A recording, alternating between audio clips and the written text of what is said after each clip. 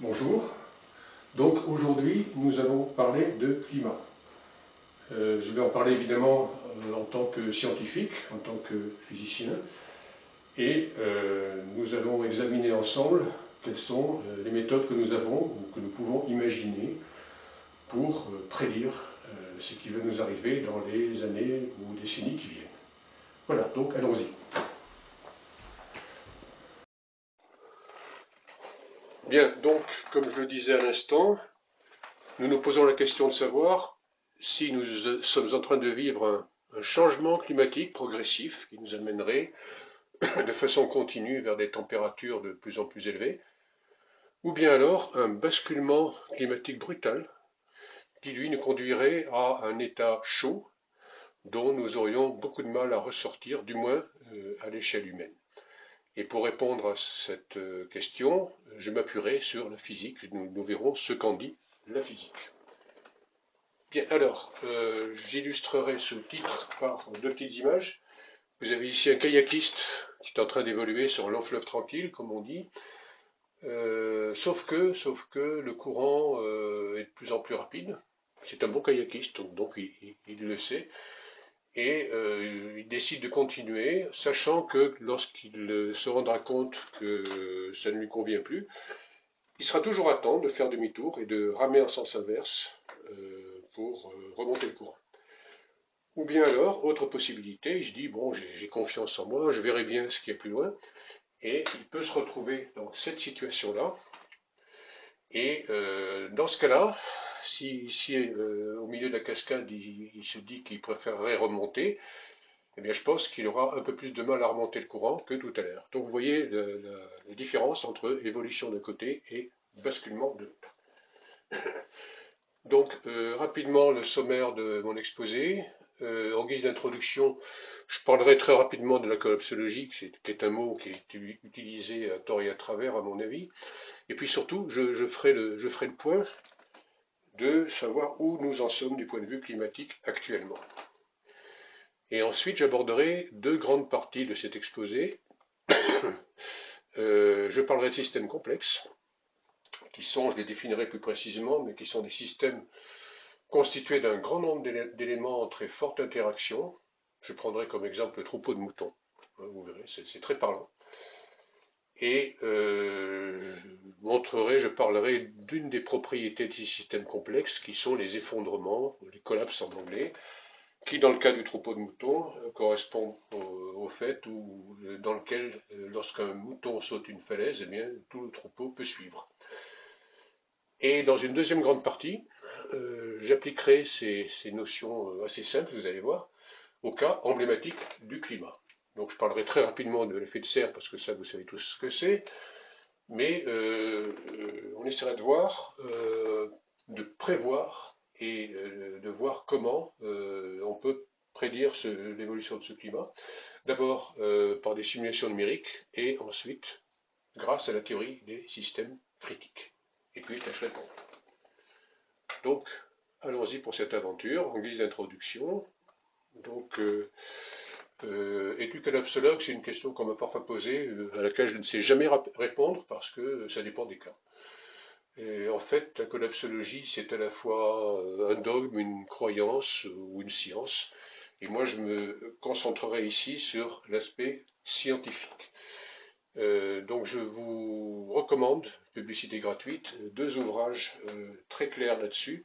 Le premier ici, qui est sorti en 2015, je crois, écrit par Pablo Servigne et Raphaël Stevens, Comment tout peut s'effondrer. Et le second, par Yves Cochet, Devant l'effondrement, essai de collapsologie, le compte à rebours a commencé. Donc c'est ce que dit Yves Cochet, un bouquin qu'il a écrit, je crois, en 2019 et qui a été réédité tout récemment. Et pour vous faciliter l'accès à ces deux ouvrages, accès qui est très simple d'ailleurs, hein, je vous recommande la vidéo de Pablo Servigne, donc vous avez le lien ici. Bien, alors, où en sommes-nous du climat? Alors, un petit peu de géographie d'abord, et après on fera un petit peu d'histoire. Un petit peu de géographie, vous avez ici notre belle planète Terre, bon, en gros 12 000 km de diamètre. Et comparé à ces 12 000 km, l'épaisseur de l'atmosphère ici, c'est au plus 12 000 mètres. C'est un petit peu exagéré d'ailleurs. Et la profondeur des océans est du même ordre de grandeur que l'épaisseur de l'atmosphère. Donc ça veut dire quoi? Ça veut dire que notre planète, si cette planète faisait 1 mètre de diamètre, eh bien l'atmosphère ferait tout au plus 1 millimètre d'épaisseur. Donc vous voyez que tout ce que nous connaissons comme vie, comme biodiversité, etc., tout cela est concentré dans une petite pellicule ultra fine qui entoure la planète, extrêmement fragile. Et c'est justement dans cette pellicule-là que nous déversons tous nos déchets, et surtout depuis 150 ans, depuis le début de l'ère industrielle. Et après ce petit aperçu géographique, un petit peu d'histoire. Alors vous avez ici l'histoire des températures depuis très longtemps, depuis 500 millions d'années jusqu'à maintenant. Donc, alors faites attention à une chose, c'est que l'échelle n'est pas du tout linéaire. Vous avez ici des millions d'années, ici vous avez des milliers d'années, il y a un petit S qui sépare les différents domaines, et ici c'est encore davantage zoomé. Et nous nous trouvons là-dedans. Il faudrait zoomer encore pour voir le réchauffement actuel. Alors la base de température de référence que nous avons prise ici, c'est la température que nous connaissons sur la planète depuis 10 000 ans. C'est ce qu'on appelle l'Holocène. C'est une ère géologique, je ne sais pas si on peut dire ça parce qu'il y a de la biologie dedans. Enfin bref, donc une ère qui commence il y a 10 000 ans, qui correspond au moment où nos ancêtres ici étaient chasseurs-cueilleurs et sont devenus sédentaires et agriculteurs. Et la température a été remarquablement stable pendant 10 000 ans. Alors, comparé au pic de chaleur et de froid qui ont précédé, c'est un petit peu difficile parce que l'échelle n'est pas du tout la même. Ici, vous avez 10 000 ans et là, vous avez 200 000 ans entre chaque graduation. Donc, il faut faire attention à ce qu'on raconte. Enfin bref, donc tout ça pour dire que bon, ces pics sont très bien expliqués par la science. Mais par contre, ce qu'on vous dit, ce qu'on entend dire un peu à gauche, à droite, c'est que oui, bon, d'accord, actuellement, on a du réchauffement, on a déjà connu ça par le passé, il y a eu des périodes chaudes, et puis des périodes glaciaires, etc. Et on s'en est toujours sorti.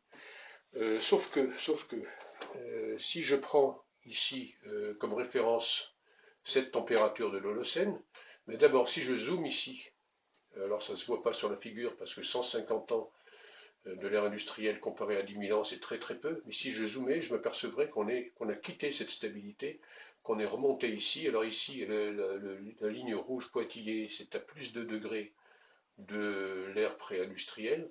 La ligne blanche, c'est à plus 4 degrés. Alors actuellement, nous ne sommes pas tout à fait encore à 2 degrés, mais on y va tout droit.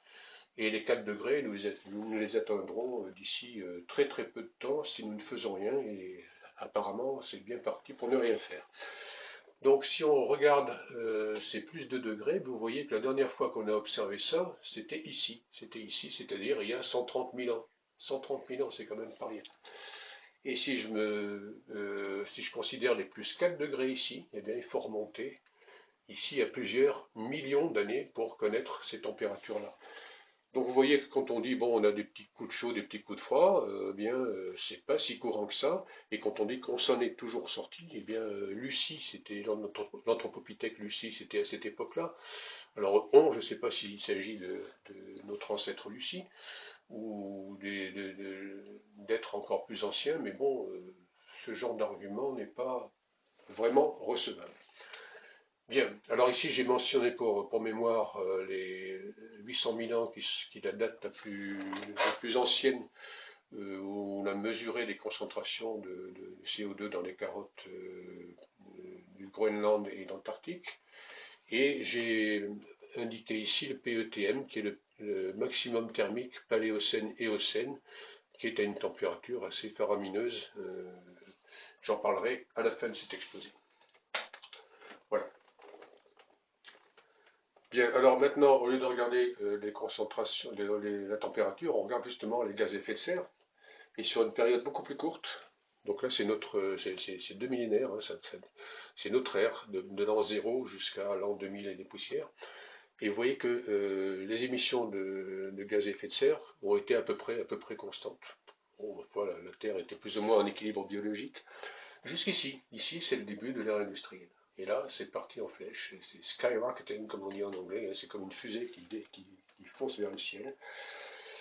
Et ce que j'ai indiqué ici aussi, c'est IPCC, c'est le GIEC en anglais, hein.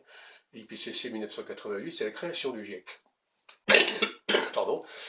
Et donc, si vous regardez cette courbe d'augmentation de l'émission de gaz à effet de serre, entre avant la création du GIEC et après la création du GIEC, la courbe ne s'est absolument pas infléchie. Donc, ça veut dire GIEC ou pas GIEC, tout le monde s'en fiche, surtout les gouvernants, l'industrie, etc. Et tout continue sur la même lancée. Les scientifiques peuvent toujours dire ce qu'ils veulent. On continue. Bien. Alors les projections maintenant, revenons-en aux scientifiques. On a vu l'état de la situation. Les projections, un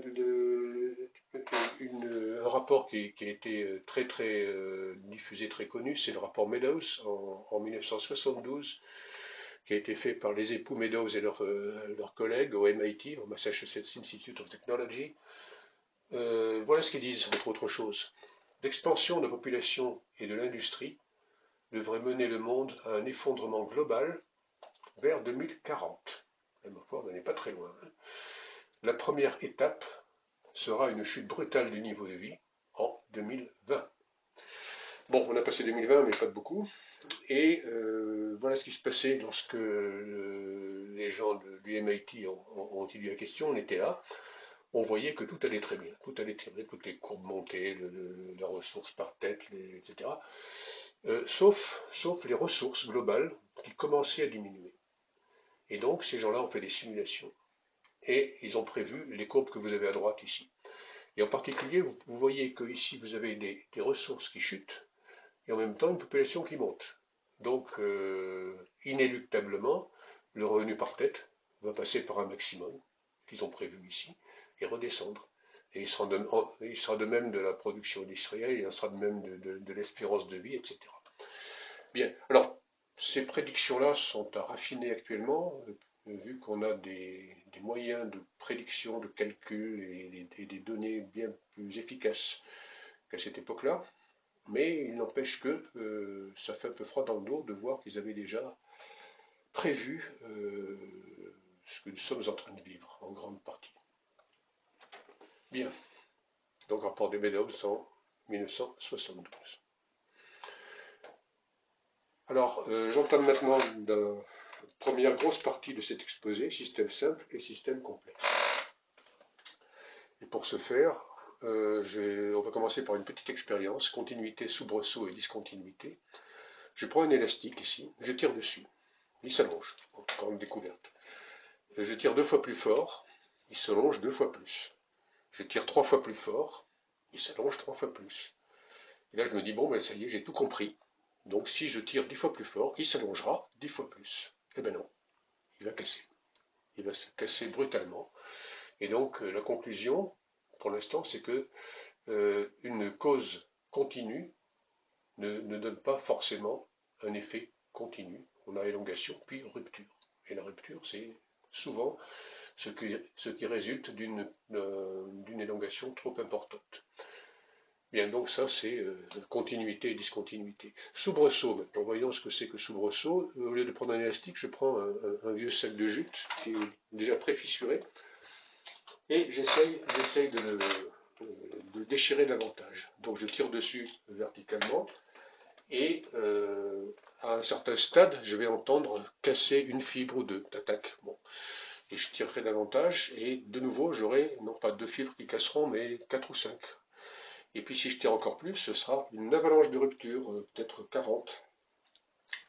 Et si j'insiste, eh bien, le sac se déchirera d'un coup au moment où la taille des avalanches de rupture atteindra la largeur du tissu. Donc ça, c'est ce que j'appelle des soubresauts. Et vous voyez que lorsqu'on déchire un tissu, on a des soubresauts d'amplitude croissante et que ces soubresauts d'amplitude croissante sont l'annonce de la survenue d'un événement discontinu qui est la déchirure, la rupture du tissu. Donc ça, c'est quelque chose sur laquelle nous reviendrons. L'analogie avec le climat est assez évidente, hein. Bon, je l'ai dit déjà tout de suite, mais vous le reverrez avec moi tout à l'heure. Qu'est-ce que nous observons en ce moment? Eh bien, nous observons des soubresauts climatiques, des canicules, des coups de froid, des tempêtes, des inondations, des sécheresses, etc. Et tous ces phénomènes sont interconnectés, évidemment, hein. Et ce sont autant de soubresauts dont les amplitudes croissantes nous annoncent la survenue prochaine d'un événement majeur qui sera le basculement. Bon, tout ça, nous essayons de le raffiner et de voir si on peut extrapoler jusqu'à ce point-là. De Newton à Poincaré. Alors, comment fonctionne la physique en fait? Comment fonctionne la découverte, la recherche et la découverte?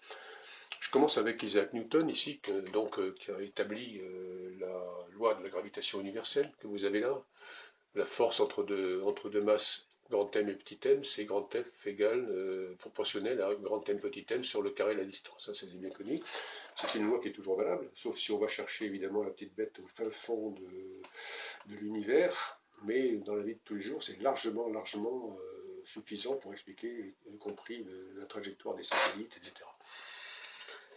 Bien, donc vous voyez, qu'est-ce qu'a fait Newton? Il a simplifié le problème pour arriver à le formaliser mathématiquement. Il a considéré simplement l'interaction entre une pomme et la planète Terre.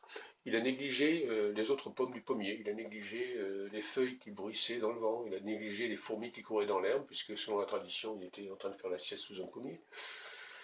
Bien, et donc il a simplifié tout ça, et il a déduit cette fameuse loi. Donc là, c'est une des méthodes utilisées en physique. On simplifie le problème quand il est simplifiable. Et on obtient des modèles simples. À l'autre bout du panorama, vous avez un certain Henri Poincaré, qui est l'un des plus grands scientifiques de tous les temps, mathématicien, physicien, etc., qui est mort en 1911 ou 12, je crois, bon, hélas. Et cet homme-là, c'est l'inventeur du chaos déterministe, de l'effet de papillon. Donc il a décrit les systèmes complexes et le fonctionnement des systèmes complexes. Et ce qu'il a montré, Poincaré, c'est que lorsque les systèmes étaient suffisamment complexes, c'est-à-dire en très forte interaction entre les éléments, eh bien, on avait émergence, comme on dit, d'un comportement collectif, et que ce comportement collectif pouvait se décrire par des modèles extrêmement simples. Pas de même nature que dans le cas de Newton, mais des modèles qui étaient quand même très simples. Donc entre modèles très simples et modèles très complexes, on a des explications simples. Par contre, entre les deux, eh c'est un sac de nœuds. Alors, système complexe, donc, je l'ai dit tout à l'heure, rapidement, un système complexe est un système constitué d'un grand nombre d'éléments en forte interaction. Un exemple type, c'est le troupeau de moutons. Et donc, quand ce troupeau est suffisamment tassé, comme ici, les moutons sont côte à côte, ils se touchent tous, ils sont en très forte interaction, eh bien, à ce moment-là, l'extrapolation du comportement d'un mouton isolé n'aidera pas du tout à prédire le comportement d'ensemble. Donc, par exemple, l'histoire du mouton qui saute la falaise, eh bien, c'était pas sûr a priori que tous les autres moutons soient assez bêtes pour en faire autant. Alors, je vais parler des effondrements maintenant, des collapses, du point critique. Alors, qu'est-ce que c'est qu'un point critique? C'est quelque chose qui est extrêmement bien connu en physique théorique.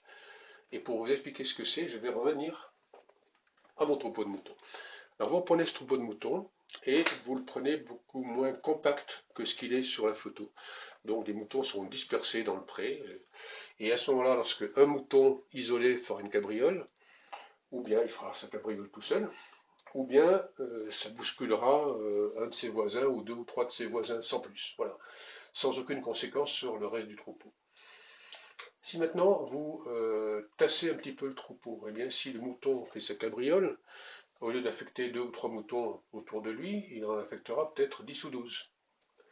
Et je continue à tasser le troupeau, et vous voyez qu'il arrivera un moment où la cabriole d'un seul mouton aura des conséquences non pas sur 12, non pas sur 50, mais sur l'ensemble du troupeau. Tout le monde sera affecté par des cascades d'interactions. Le voisin donnant une bourrade au deuxième voisin et au troisième, etc. C'est une cascade d'interactions qui atteindra la taille du troupeau. C'est ça qu'on appelle un système critique. Un système critique, c'est un système complexe dans lequel les interactions sont tellement fortes que le comportement d'un élément réagit sur l'ensemble du système. Alors, plusieurs exemples. Le troupeau de moutons, j'en ai parlé. Un mouton saute une falaise et les autres suivent. La déchirure d'un tissu, une fibre de plus casse, si on est tout près de l'état critique, une fibre de plus casse et on a des avalanches de ruptures qui suivent et qui amènent tout de suite à la déchirure du tissu. Les avalanches de neige, c'est un peu pareil. Vous avez une belle pente. 6 skieurs ont déjà traversé la pente. Le problème avec les avalanches, c'est que ce qui se passe, c'est dans la couche fragile, c'est en dessous. Et les skieurs qui skient au-dessus ne s'en rendent pas compte. Et là, les 6 skieurs ont amené le système à un fifrelin, à un doigt de l'état critique. Et ils disent aux copains, oui, c'est bon, tu peux venir. Le septième s'engage et tout s'en va. Les coulées de boue, c'est pareil. Vous avez un versant de collines, un coteau, sur lequel se sont construites des maisons au cours des années, et tout va bien apparemment. Et puis, une maison supplémentaire se construit, et on déclenche un glissement de terrain. Donc, les maisons précédentes avaient amené le système très proche de l'état critique, et la maison supplémentaire a suffi à tout faire partir. Bon, tout ça, ce sont des exemples, j'allais dire, mécaniques. Il y a d'autres exemples dans tout un tas de domaines, par exemple dans le déclenchement des guerres, l'assassinat de l'archiduc François Ferdinand à Sarajevo en 1914. Bon, c'est pas lui qui a déclenché la Première Guerre mondiale. Il aurait eu lieu tout seul. Bon, ma foi, c'était malheureux pour François Ferdinand et son épouse, mais il se trouve que l'état du monde était quasiment critique à ce moment-là. Et il a suffi d'une petite goutte de plus, qui était l'assassinat de l'archiduc, pour tout faire basculer. D'autres exemples, il y en a autant qu'on veut. L'effondrement des civilisations, les Mayas, les Anasazi, l'île de Pâques. Ici, vous avez une pyramide Maya de la Chichen Itza, dans le Yucatan. Ici, c'est le village Anasazi de Mesa Verde, dans le sud des États-Unis. Et ici, c'est l'île de Pâques bien connue. Eh bien, dans tous ces systèmes, on a eu des effondrements, des collapses de civilisation. Et pour des raisons diverses, il y a eu accumulation de facteurs, et il y a eu un facteur déterminant, le dernier facteur qui a fait que, étant quasiment à l'état critique, tout s'est effondré. Ce que je vous raconte là, ça s'applique aussi aux krachs boursiers, qui sont schématisés ici, et je vous renvoie aux travaux de Didier Sornet et Irene Diamond, qui sont des économistes spécialistes des systèmes critiques de très très haut niveau.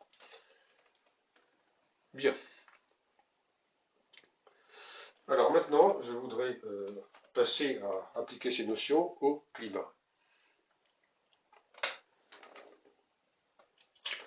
D'abord, un petit détour par l'effet de serre. Vous avez ici une serre de jardin. Vous avez le soleil qui irradie la serre, qui envoie des rayonnements à relativement courte longueur d'onde, qui traversent très facilement les vitres de la serre. Ces rayonnements chauffent la serre, et cette serre qui est chauffée rayonne en sens inverse, rayonne en sens inverse, un rayonnement à plus forte longueur d'onde, un rayonnement infrarouge. Il se trouve que l'infrarouge à longue longueur d'onde a beaucoup plus de mal à traverser le toit de la serre que le rayonnement incident à courte longueur d'onde. Et donc la serre va chauffer. Voilà, ça c'est l'effet de serre. Notre effet de serre à nous, sur notre planète, c'est la même chose, dans lequel vous avez remplacé le toit en verre par l'atmosphère. Donc quels sont les gaz à effet de serre? Il y en a tout un tas. Il y a la vapeur d'eau, le CO2, le méthane CH4, les NOx, c'est-à-dire les oxydes d'azote, etc. H2O, on n'a pas l'air d'y croire souvent. H2O, c'est un gaz à effet de serre extrêmement puissant. C'est grâce à la vapeur d'eau que nous connaissons la vie que nous connaissons ici. S'il n'y avait pas de vapeur d'eau sur la Terre serait un caillou glacial sur laquelle la vie que nous connaissons n'aurait jamais pu se développer. Bon, c'est un petit peu comme la planète Mars en ce moment. Mais pour autant, on n'a pas rôti, on n'a pas bouilli dans la vapeur d'eau, parce que ce gaz à effet de serre est autorégulé. Ça, c'est très intéressant. L'H2O est présent sur la Terre dans ces trois états, c'est-à-dire solide, liquide, vapeur. on a de l'eau, on a de la vapeur d'eau, on a de la glace et de la neige. Et étant présent sous ces trois états, si je rajoute artificiellement un excès de vapeur d'eau dans l'atmosphère, eh bien je me trouverai en dehors de l'équilibre, et donc le système va réagir immédiatement par des chutes de pluie ou de neige qui ramèneront le niveau de vapeur d'eau au niveau d'équilibre. Donc c'est vraiment autorégulé, et c'est pour ça qu'on a cette température stable, toute chose égale par ailleurs. Alors, toute chose égale par ailleurs, ça veut dire que on a quand même du CO2, que le CO2 était en quantité à peu près constante, on l'a vu tout à l'heure, pendant des siècles et des siècles, mais depuis 150 ans, la quantité de CO2 explose, et c'est ce CO2 qui est responsable du réchauffement actuel. Et puis on a le CH4, le méthane, qui est un effet indirect, parce que lorsque l'effet de serre du CO2 réchauffe l'atmosphère et réchauffe les terres, eh bien les terres arctiques par exemple, en Sibérie ou ailleurs, se dégèlent et dégagent du CH4, du méthane qui est résulté de la décomposition d'organismes vivants. Et tout ça, ça a tendance à s'emballer. Bien, donc voilà pour l'effet de serre. Alors maintenant, que peut-on prévoir et comment? Comme je l'ai annoncé tout à l'heure, on a une méthode directe, j'appellerai directe, qui est la modélisation numérique, et puis une méthode inverse, basée sur les phénomènes critiques. Donc nous allons commencer par les simulations numériques. Bien, alors, voici notre brave Terre ici. Alors vous voyez que l'épaisseur de l'atmosphère sur ce modèle-là était un petit peu exagérée. Et donc, pour étudier l'évolution du climat, qu'est-ce qu'on fait? Eh bien, on divise l'atmosphère et les océans en petits cubes, en pixels, on dirait un appareil photo, ce sont des pixels à 3 dimensions, des cellules élémentaires, et à chaque cellule, on définit un état initial pour chaque cellule qui est la température qu'elle connaît, la pression des vents, des courants marins, les rayonnements reçus et émis, l'âge du capitaine aussi au passage, et puis surtout, alors ça c'est ce qui est le moins connu, tout ça c'est des mesures, on les connaît, l'état de départ on le connaît, mais ce qui n'est pas connu c'est la future concentration en gaz à effet de serre selon les différents scénarios de réduction de ces gaz. Pardon. Et donc, maintenant qu'on a affecté à chacune des cellules toutes ces informations-là, on autorise les cellules à bavarder entre elles. Elles échangent leurs informations. Avec quel langage? Eh bien, essentiellement un langage physique et mathématique. Donc, si moi j'ai trop de température, je t'en passe un peu. Si tu n'en as pas assez, t'en prendras à la voisine, etc. Et on lance le calcul. Et on se rend compte que chaque cellule évolue en fonction de son environnement, etc. Bien, alors quels sont les résultats que donnent ces simulations numériques? Eh bien, voilà les courbes obtenues, très schématiquement. Donc, la température de surface en degrés Celsius en fonction du temps, en fonction de l'année. Et vous avez plusieurs scénarios, parce qu'une chose que l'on ne peut pas prévoir pour l'instant, qu'on ne peut pas décider, c'est quelle sera la politique des États pour limiter ou ne pas limiter l'injection de CO2 dans l'atmosphère. Donc vous voyez que si on est très vertueux, eh bien la température va finir par, sa croissance va plafonner, on va stabiliser à peu près la température en étant très vertueux. Si on est complètement laxiste, on va s'envoler comme ça, et ce sera dramatique, et puis vous avez les cas intermédiaires. Mais dans tous les cas, la température prévue augmente de façon continue. Ici c'est continu, là c'est encore continu. Alors, quand même, hein, comment peut-on être sûr que l'élastique ne cassera pas? Je tire 10 fois plus fort, est-ce que ce sera toujours continu? Eh bien, pour répondre à cette question, je vais vous rappeler ce qu'est la sensibilité aux conditions initiales. C'est ce qu'on appelle l'effet aile de papillon. Je pense que vous connaissez ça, vous avez déjà entendu parler de cet effet aile de papillon, dont l'idée a été initiée par Poincaré, encore une fois.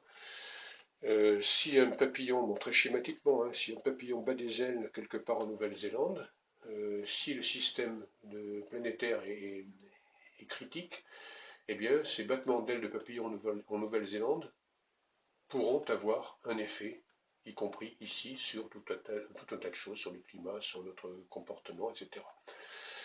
Voilà. Et associé à cet effet aile de papillon, c'est une autre façon de raconter les choses, c'est la sensibilité aux conditions initiales. Donc je prends une espèce de billard, là. Vous avez deux boules ici, et puis vous lancez une autre boule selon la trajectoire verte ici. Cette autre boule va rebondir sur celle-ci, qui va faire je ne sais quoi ensuite. Elle va repartir là, elle va rebondir sur la deuxième boule, elle va repartir ici, elle va rencontrer 2, 3, 50, 100 000, et elle aura toute une histoire, et les boules qu'elle choquera auront aussi leur histoire. Maintenant, si je change un petit peu les conditions initiales, je passe de la trajectoire verte à la trajectoire rouge, c'est infime. Mais je vois que la première boule ici, au lieu de partir vers la deuxième boule ici, elle va repartir à l'envers ici. Et donc, elle va rencontrer d'autres boules que ce qu'elle aurait rencontré dans le premier cas, et il y aura toute une histoire de boules qui vont évoluer dans des trajectoires complètement différentes de ce qui s'était passé tout à l'heure. Donc vous voyez que si je veux prévoir à grande échéance temporelle le comportement du système, il faudra que je sois extrêmement rigoureux sur la précision des conditions de départ ici, sinon je peux avoir des histoires complètement différentes. Alors, comment fait-on en photo quand on veut une photo plus précise? Eh bien, on augmente le nombre des pixels, ce qui diminue leur taille. Donc on a des pixels plus fins, on a une meilleure résolution, mais on a plus de pixels. C'est ce qu'on va faire ici pour la simulation numérique. Donc on va augmenter la précision des données en réduisant la taille des cellules. Il y a une différence quand même entre un appareil photo et la simulation numérique du climat. C'est que dans un appareil photo, si vous augmentez le nombre de pixels, eh bien, heureusement pour la qualité de vos photos, le nombre d'interactions entre pixels ne changera pas. Il n'y a pas d'interaction entre pixels. Ce sont des pixels indépendants. Chacun captera les photons qu'il captera et les changera pas avec ses voisins. Dans le cas du climat, et dans le cas de la simulation du climat, évidemment, eh bien, tous les pixels sont interconnectés, comme je vous l'ai dit, ils échangent, ils bavardent en physico-mathématiques. Et donc, si j'augmente le nombre de cellules, j'augmenterai le nombre d'interactions. Ici, je fais une analogie avec le cerveau. Ici, vous avez les neurones, là, vous avez les synapses. Si j'augmente le nombre de neurones, eh bien, le nombre de synapses va exploser. Il va augmenter beaucoup plus vite que le nombre de neurones, il va exploser. Et ça va nous poser un petit problème. Effectivement, si jamais le climat ne s'approche pas d'un point critique, bon, ça ne va pas changer grand-chose. Hein. On aura des prédictions continues du climat. Mais si jamais, à l'horizon, il y avait un point critique qui nous attendait, un basculement qui nous attendait, eh bien, qu'est-ce qui va se passer? Vous voyez qu'à l'approche du point critique, ici, lorsque les moutons sont bien serrés, eh bien, toutes les interactions entre moutons vont jouer. Un mouton va avoir une cabriole et ça va réagir sur toutes les interactions entre tous les moutons.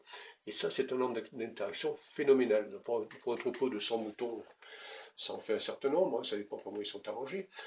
Mais si vous considérez le nombre de pixels qu'il y a dans la modélisation du climat, mais c'est absolument colossal. Et c'est tellement colossal eh bien, que les ordinateurs, le parc d'ordinateurs ne sera pas capable d'assumer le traitement de toute cette information et le calcul se bloquera. Bien, alors, le parc d'ordinateur, il n'est pas fait pour se bloquer, il est fait pour calculer. Et donc, s'il se bloque ou s'il a tendance à se bloquer, eh bien, il faudra qu'on applique, c'est très, très classique, qu'on applique des procédures de simplification. Et qu'est-ce que c'est que ces procédures de simplification? Ben, c'est relativement simple. Ici, j'ai trop de moutons et trop d'interactions. Donc, pour simplifier, je vais prendre des paquets de 10 moutons. Et avec ces paquets de 10 moutons, ça fera autant de super moutons. Donc, j'aurai beaucoup moins de super moutons que j'ai de moutons individuels. Et si j'ai beaucoup moins de super moutons, j'aurai beaucoup moins d'interactions entre super moutons. Donc, vous voyez que je perds de l'information quand même, parce que chaque super mouton aura comme propriété la moyenne des propriétés des moutons qu'il compose. Donc je perds de l'information, je perds de la précision. Je perds de la précision, et c'est justement la précision que je cherchais pour approcher le point critique. Donc le problème, c'est que si le calcul se bloque, je suis obligé de perdre de la précision. Si je perds de la précision, eh bien je passe à côté du point critique.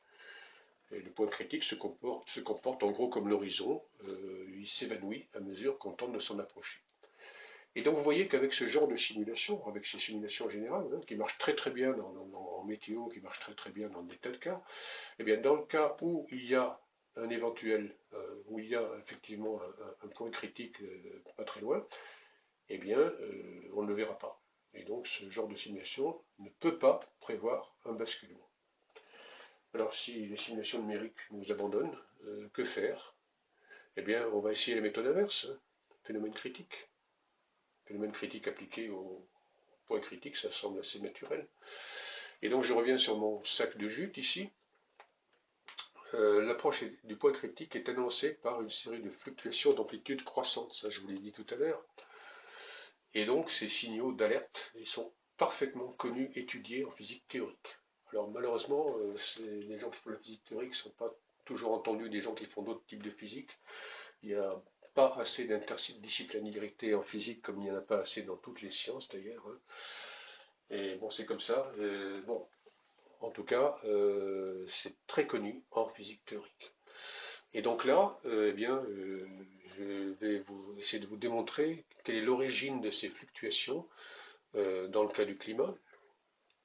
Donc ces fluctuations, ce sont, bon, comme je vous l'ai dit, des coups de froid extrêmes, des inondations, des sécheresses, des tornades et tout ce qu'on veut. Et pour vous expliquer ça, je prends un profil de vallée, de crête et de vallée, comme en montagne. Et là, dans le fond d'une vallée, vous avez votre système Terre qui est bien tranquille, en équilibre. Et vous voyez que, pardon, si j'écarte la Terre de son équilibre, son point d'équilibre ici, comme les pentes des versants sont très raides, eh bien, elle reviendra très facilement au point d'équilibre. Et donc, si j'ai un papillon, ou une dizaine ou une centaine de papillons qui battent des ailes en Nouvelle-Zélande, eh bien, ça va ébranler un petit peu la position de la Terre qui va vibrer ici. Il y aura des petits coups de chaud, des petits coups de froid, des petites averses, pas des tornades, mais juste des petites averses. Ça va fluctuer là autour de façon relativement raisonnable. Maintenant, qu'est-ce que je fais? Eh bien, je rajoute du CO2 là-dedans. Je rajoute des gaz à effet de serre. Et il se trouve que l'ajout de gaz à effet de serre, l'augmentation de l'effet de serre, va déformer le profil de ces vallées. Donc, ce qui va se passer, c'est qu'on va arriver à cette position-là. Alors, vous voyez que la Terre reste toujours dans son fond de vallée, qui est beaucoup plus plat qu'avant, mais enfin, il est toujours dans son fond de vallée, elle est toujours dans son fond de vallée, et la température ici est plus élevée que ce qu'elle était ici. Donc, on a eu un réchauffement continu jusque-là. Hein, donc, très bien. Le CO2 donne un réchauffement continu, on se rend compte que ça devient gênant, donc on diminue la quantité de CO2 et on revient ici, la Terre redescend dans son fond de vallée et tout le monde est content. Sauf que si je suis ici, si je continue à rajouter du CO2, eh bien je passe à cette situation-là, et là la Terre va tomber dans la vallée d'à côté. Et là si je me dis, bon sang, il fait vraiment trop chaud ici, c'est pas possible, il faut que je revienne en arrière, ok, ben, si j'ai encore les moyens de revenir en arrière, eh bien, je diminue la quantité de gaz à effet de serre, je repasse par ce point-là et ce point-là, mais vous voyez que la Terre étant ici, si je passe à cette situation-là, elle reste dans la vallée de droite, et si je reviens ici, eh bien, elle reste toujours dans la vallée de droite. Donc vous voyez que je reste dans ma position d'équilibre à haute température, et c'est pas tout à fait ce que je cherchais. Et si je veux vraiment la ramener ici, eh il faudra que je diminue la quantité de CO2 d'une façon telle, d'une façon énorme qu'on n'a pas connue depuis des millions d'années sans doute, pour nous ramener ici. Voilà. Donc si on passe le col, eh bien on est piégé là-dedans. Là c'est le kayakiste au fond de son trou et il n'arrive pas à ramer en sens inverse. Alors qu'est-ce qui me dit que c'est effectivement ça qui se passe? J'ai dit tout à l'heure qu'on avait des coups de froid extrêmes, des inondations, des sécheresses, des instabilités. Où sont-elles? Eh bien c'est facile à voir. Je fais appel à un petit papillon de Nouvelle-Zélande. Donc je secoue mes vallées ici. Ma terre va fluctuer très légèrement ici à gauche à droite, comme j'ai dit tout à l'heure. Mais si je suis dans cette position-là, je vois que la pente est beaucoup plus faible, donc la force de rappel qui ramènera la Terre dans son fond de vallée sera beaucoup plus faible. Donc pour les mêmes papillons de Nouvelle-Zélande qui battront des ailes, eh bien la Terre va fluctuer de façon beaucoup plus importante et j'aurai des grands coups de chaud, des grands coups de froid et tout ce qui s'ensuit, des inondations et sécheresses. Toutes ces instabilités, c'est simplement dû au fait que le fond de vallée est plus plat et que le système réagit plus violemment aux petites perturbations qui traînent de gauche à droite. Et si je continue et si je tombe là-dedans, eh bien, bon, on n'est jamais allé voir, contrairement aux kayakistes, on n'est pas allé voir ce qui se passait là-dedans, mais il n'y a pas de raison a priori de penser que les pentes ne soient pas raides comme dans l'étape précédent, et donc de nouveau, on aura une stabilisation des températures et de tout le reste ici, mais il fera sacrément plus chaud. Il fera sacrément plus chaud. Et donc, qu'est-ce qui va se passer? Grosso modo, ça c'est très schématique, hein. Vous avez ici la température et ici, non pardon, ici qu'est-ce que je raconte? La température et le temps, c'est ça, la température verticale et le temps ici. Donc la température monte en moyenne, mais avec des instabilités, des coups de chaud, des coups de froid, etc. Et puis tout d'un coup, on va basculer et on va se trouver dans un état très chaud. Et là, ça fluctuera moins parce que le fond de la vallée est beaucoup plus aigu, les pentes sont plus fortes et ce sera tout à fait stabilisé. Bien, donc pour essayer de résumer cette diapo, ces instabilités sont le signal d'alarme annonçant l'approche d'un basculement. Alors cette histoire de profil de vallée, je l'ai faite en vrai chez moi avec un bout de carton et un mouchon de liège. Je l'ai filmé et si vous voulez aller voir comment ça se passe, c'est assez marrant. Vous pourrez le faire chez vous. Vous avez ici le lien vers ma vidéo et vous pouvez vous amuser à faire la même expérience pour vous convaincre s'il y en a besoin. Bien, donc ce basculement, qu'en est-il? Une fois qu'on aura basculé, si on bascule, et j'ai bien peur que ce soit le cas vu les instabilités que nous connaissons, eh bien ce basculement sera irréversible. Je l'ai déjà dit. Et il sera irréversible vers un nouvel état totalement inconnu. Contrairement aux kayakistes qui est allé explorer le fond de la cascade de l'avant, eh bien nous, on n'a pas exploré la vallée qui nous attend. La date du basculement est théoriquement prévisible. Bon, je vous donne juste l'équation, juste pour faire joli ici, mais c'est un truc extrêmement simple. J'avais publié ça en 2016, cette équation-là, c'est pour moi qui l'ai inventée, hein. C'est un truc très connu en physique théorique. Mais j'ai pas pu l'exploiter parce que j'avais pas accès aux amplitudes en fonction du temps, aux amplitudes des instabilités. Ici vous avez le temps, ici vous avez le temps de basculement, et j'avais pas les données nécessaires, et donc j'ai pas pu l'exploiter. Mais je crois que maintenant c'est trop tard pour exploiter parce qu'à mon avis on est déjà en train de basculer. Donc c'est une question d'années et encore. Et à mon avis ce sera bien avant 2050, mais c'est probablement en route. Alors si c'est en route, où est-ce que ça va s'arrêter? Quelles sont les températures qu'on peut prévoir? Et alors là, je suis bien embêté parce que, contrairement aux kayakistes, encore une fois, je ne suis pas allé explorer la vallée qui nous attend. Hein, personne n'y est allé, on ne sait pas où on va sauter. Et donc la seule ressource qui nous est offerte, c'est les comparaisons avec des événements de basculement qui se sont déjà passés pour notre planète. Il y en a eu des basculements, il y en a eu des coups de chaud, des coups de froid, des machins, il y a eu des basculements climatiques, des aires glaciaires, des aires chaudes. Bon. Et l'un de ces événements, c'est le PETM que je vous ai montré tout à l'heure sur l'échelle temporelle, qui a eu lieu il y a 56 millions d'années. Et alors selon les données, hein, c'est de l'ordre de 5 à 8 degrés de réchauffement, peut-être même davantage, d'après la courbe que je vais montrer, c'était même un peu plus. Voilà, 5 à 8 degrés. Alors, est-ce que ça peut s'appliquer à notre cas? Tout n'est pas comparable, sachant en particulier que le PETM, ce réchauffement, a été dû à une accumulation de gaz à effet de serre, pas d'origine humaine, parce qu'il n'y avait pas d'homme à cette époque-là, mais d'origine volcanique apparemment, et ce réchauffement, enfin cette injection de gaz a duré en gros 20 000 ans. Alors que nous avons injecté la même quantité de gaz à effet de serre, non pas en 20 000 ans, mais en 150 ans.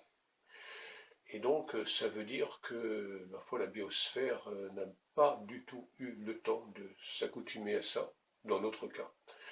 Et donc, les 5 à 8 degrés, j'ai bien peur que ce soit une sous-estimation. Enfin bon, j'en sais rien, hein, mais sachant qu'il y a une grande différence avec le PETM, et que ça, c'est une prédiction que je crains d'être optimiste. Et d'ailleurs, je vous renvoie à un article qui est sorti cette année, en juillet, là, publié au PNAS, c'est les Proceedings of National Academy of Sciences, c'est l'Académie des sciences américaines, qui s'intitule Climate Endgame, le jeu final du climat. Et dans ce papier, ils disent que plus 6 degrés n'est pas du tout exclu. Ils n'aboutissent pas à cette conclusion par ces méthodes-là, mais enfin ils disent que c'est pas du tout exclu. Voilà. Alors la consolation, c'est qu'on n'aura plus de fluctuations, mais enfin, est-ce qu'on aura quelque chose à faire des fluctuations de température? Bien. Alors bon, vous allez me dire, oui, bon, je te raconte là, c'est de la théorie, hein, parce que théorie en français, ça a deux sens. Ça peut être la théorie mathématique, physique très, très rigoureuse, et ça peut être aussi, oh, bon, ce que tu me racontes, c'est de la théorie. Bon, voilà. Alors effectivement, ça peut être de la théorie. Comme cette personne qui avait l'air de croire, de penser, qu'en matière de gravitation, eh bien, la théorie de la gravitation était seulement une théorie. Voilà, sauf que nous, apparemment, en matière de climat, je crains bien qu'on en soit à peu près dans cette position-là. Nous avons encore un pied sur la marche, mais si nous disons que la gravité, que le basculement climatique, ce n'est qu'une théorie, mais vous voyez ce qui peut nous arriver. Donc à nous de nous reprendre. Bien. Alors, en guise de conclusion, on y arrive. En guise de conclusion, eh bien, j'en reviens à mes chers kayakistes. Vous voyez qu'entre l'évolution et le basculement, eh bien, malheureusement, il y a de fortes chances que nous soyons dans le deuxième cas de figure. Ce sont les fluctuations croissantes qui nous l'indiquent. Et donc, là, c'est une citation de Tolkien que j'ai reprise. Les faux espoirs, ici, sont plus dangereux que les craintes. Parce que si on a des craintes, eh bien, on fera demi-tour avant d'arriver dans cette situation-là. Donc, n'ayons pas de faux espoirs et ayons des craintes salutaires. Et maintenant, que faire alors maintenant? Il y a extrême urgence. Il y a une urgence absolue. Je reviens sur cette courbe que je vous ai montrée tout à l'heure, là, entre avant et après la création du GIEC, rien ne s'est passé. Donc, les scientifiques que nous sommes ont toujours crié, parlé, publié, etc. Rien ne se passe. Autre chose, un petit zoom sur la courbe précédente ici. Pourquoi 2025? Alors ça, je crois que c'est Kate Jeffrey qui dit ça, une chercheuse britannique, enfin, elle est plutôt d'origine néo-zélandaise, je crois, ou australienne, je ne sais plus. Et voilà. Donc, pourquoi 2025? Parce que après 2025, ce sera trop tard. Pourquoi ce sera trop tard? Trop tard pour éviter la catastrophe. Et donc, l'une des conclusions, c'est que tout projet de réduction des émissions de CO2 qui ne serait pas opérationnel avant cette date de 2025, quand je dis 2025, ce serait 2024 ou 2026, je ne sais pas, à une année près, tout projet qui ne serait pas opérationnel efficace avant 2025 serait absolument inutile, et même contre-productif à budget constant, parce que tout l'argent qu'on peut investir dans de tels projets, ce sera de l'argent qu'on n'investira pas dans les énergies renouvelables, dans les éoliennes, dans les panneaux photovoltaïques, etc. Donc, c'est quand même... Il faut faire attention à ça. Bref, voilà. Alors, que faire? Qui convaincre? Alors, d'après Pablo Servigne, nos efforts à nous, petits colibris, ça représente un quart des efforts à faire. Il faut continuer à en faire de plus en plus. Mais l'essentiel du boulot, c'est de faire fléchir les lobbies industriels, financiers, politiques, etc. Et pour les faire fléchir, encore faudrait-il qu'ils se rendent compte du point où nous en sommes. Et il faudrait ajouter à ça l'indifférence ou l'inconscience d'une grande partie de la population. Je discute avec pas mal de gens et je me rends compte qu'il y a des gens qui sont vraiment ils te racontent des trucs sur le climat, c'est à la mode, et puis voilà, et c'est tout. Bon, bref.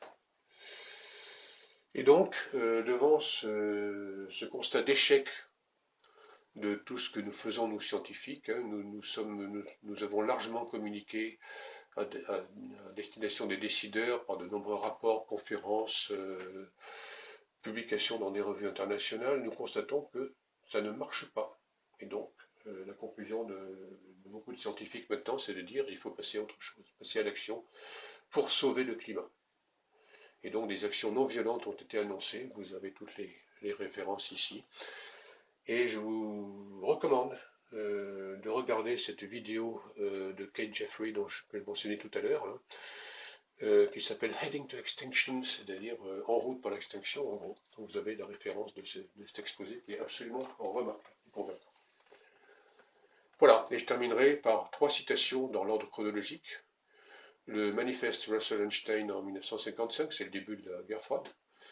Souvenez-vous de votre humanité et oubliez tout le reste.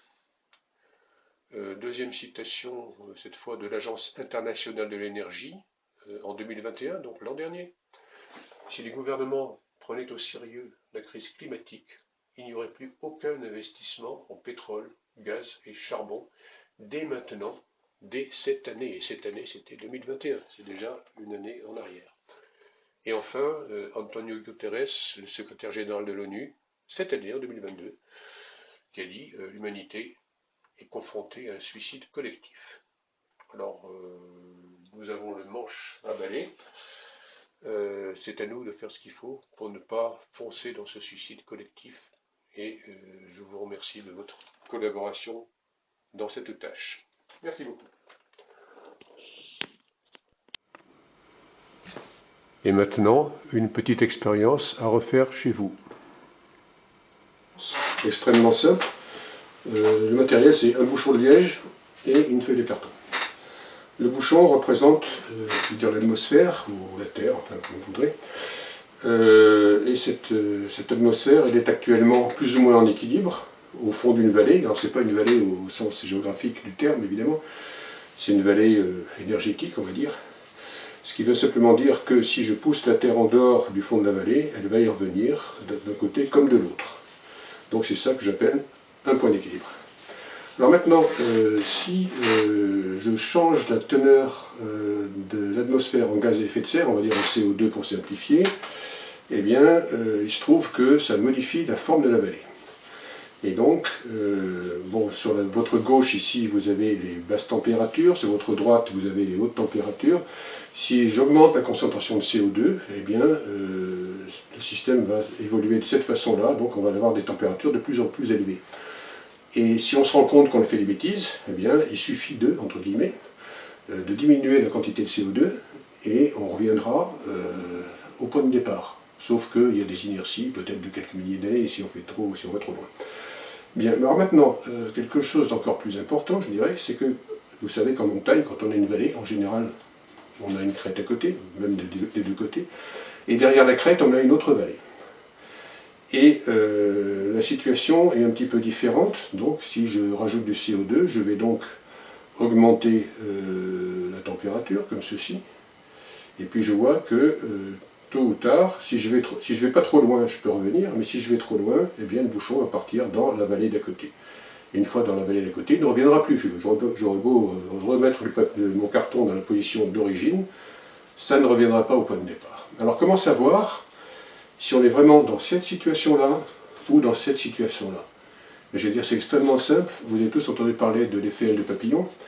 Quand un papillon bat des ailes en Nouvelle-Zélande ou ailleurs, ça peut avoir des conséquences chez nous. Et comme sur Terre, il y a des milliards de papillons, eh bien, le système Terre, il fluctue comme ça, donc avec des petits coups de chaud, des petits coups de froid, des étés pourris, des étés qui le sont moins.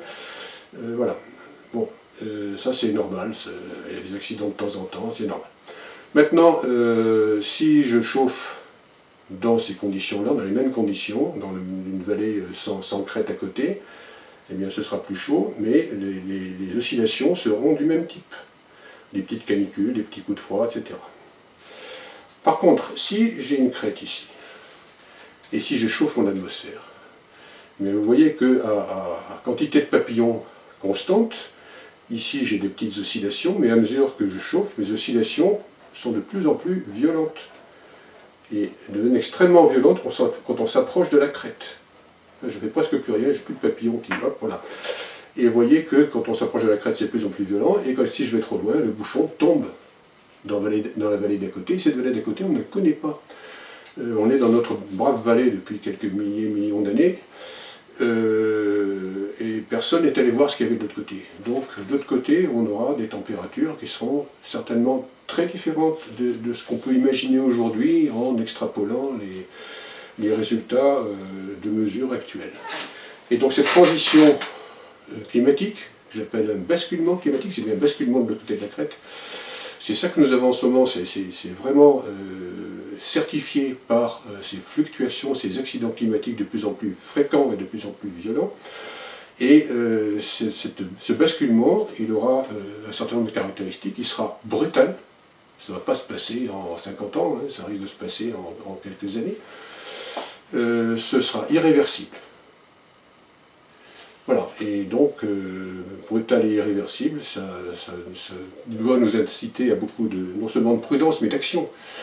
Je ne voudrais pas vous s'appeler morale, mais il vaut mieux être prévenu de ce que nous sommes en train de vivre pour pouvoir agir efficacement et essayer d'éviter autant que faire se peut ce genre d'accident. Voilà, merci beaucoup pour votre attention.